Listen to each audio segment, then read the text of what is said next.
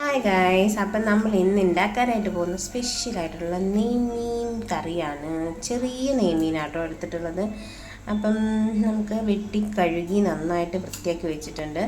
അപ്പോൾ ഇത് വൃത്തിയാക്കാൻ അറിയത്തില്ലാത്തവർക്ക് വേണ്ടി ഞാനൊരു ഷോർട്ട് ഇട്ടിട്ടുണ്ട്, എങ്ങനെയാണ് ഇത് നെയ്മീൻ വൃത്തിയാക്കുന്നതെന്നുള്ളത്. അപ്പോൾ അതൊന്ന് കണ്ടു നോക്കിയാൽ മതി.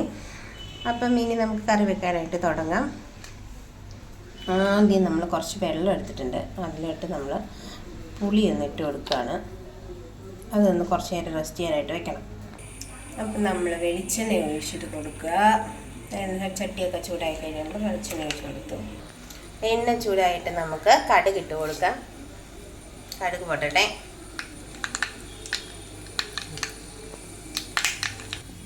കടുകൊക്കെ പൊട്ടിക്കഴിഞ്ഞ് ഇനി നമുക്ക് അതിലിട്ട് ഉലുവ ഇട്ട് കൊടുക്കാം. നമുക്ക് വേണമെങ്കിൽ ഉലുവ പൊടി ഇട്ട് കൊടുക്കാം കേട്ടോ. ഉലുവ ഇട്ട് കൊടുക്കുന്നുണ്ട്. ഉലുവയൊക്കെ ഇതായി വരുമ്പോഴത്തേക്ക് നമ്മൾ ചെറുതായിട്ട് അരിഞ്ഞ് വെച്ചിട്ടുള്ള ഇഞ്ചിയാണ്, അതൊന്ന് ഇട്ട് കൊടുക്കാം. അത് കഴിയുമ്പോഴത്തേനും അതുപോലെ തന്നെ ചെറുതായിട്ട് കട്ട് ചെയ്ത് വെച്ചിട്ടുള്ള വെളുത്തുള്ളി ഇട്ട് കൊടുക്കാം. അതുപോലെ 2 പച്ചമുളക് കീറി ഇട്ട് കൊടുക്കുന്നുണ്ട്. കറിവേപ്പില ഇട്ട് കൊടുക്കുന്നുണ്ട്.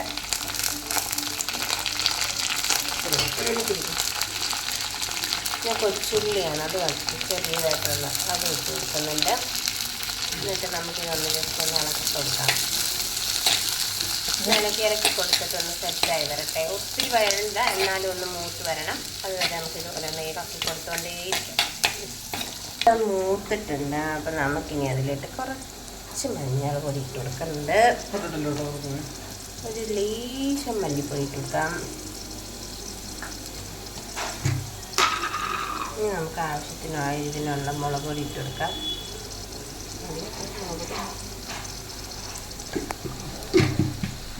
മസാല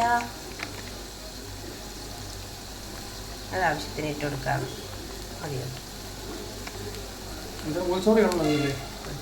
അതുകൊണ്ട്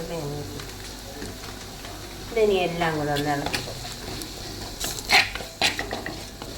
പൊടിയുടെ പച്ചമണം വരുന്ന നാറുന്നവരെ ഇളക്കി കൊടുത്താൽ മതി.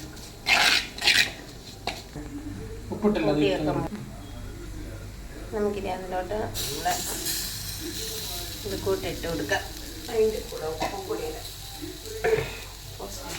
നമുക്ക് ആവശ്യത്തിനുള്ള ഉപ്പും കൂടി ഇട്ട് കൊടുക്കാം.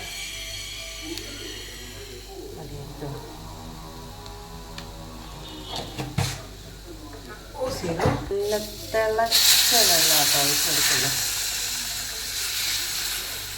തിളച്ച വെള്ളം ആവശ്യത്തിന് നമുക്ക് ഒഴിച്ച് കുറച്ച്.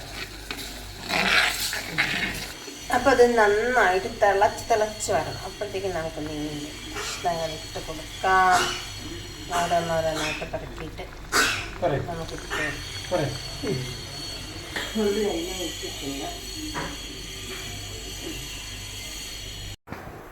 അപ്പോൾ അത്രയേ ഉള്ളൂ, നമ്മുടെ മീൻകറി റെഡി ആയിട്ടുണ്ട്. അപ്പോൾ മീൻകറി ഒന്ന് ട്രൈ ചെയ്ത് നോക്കാം.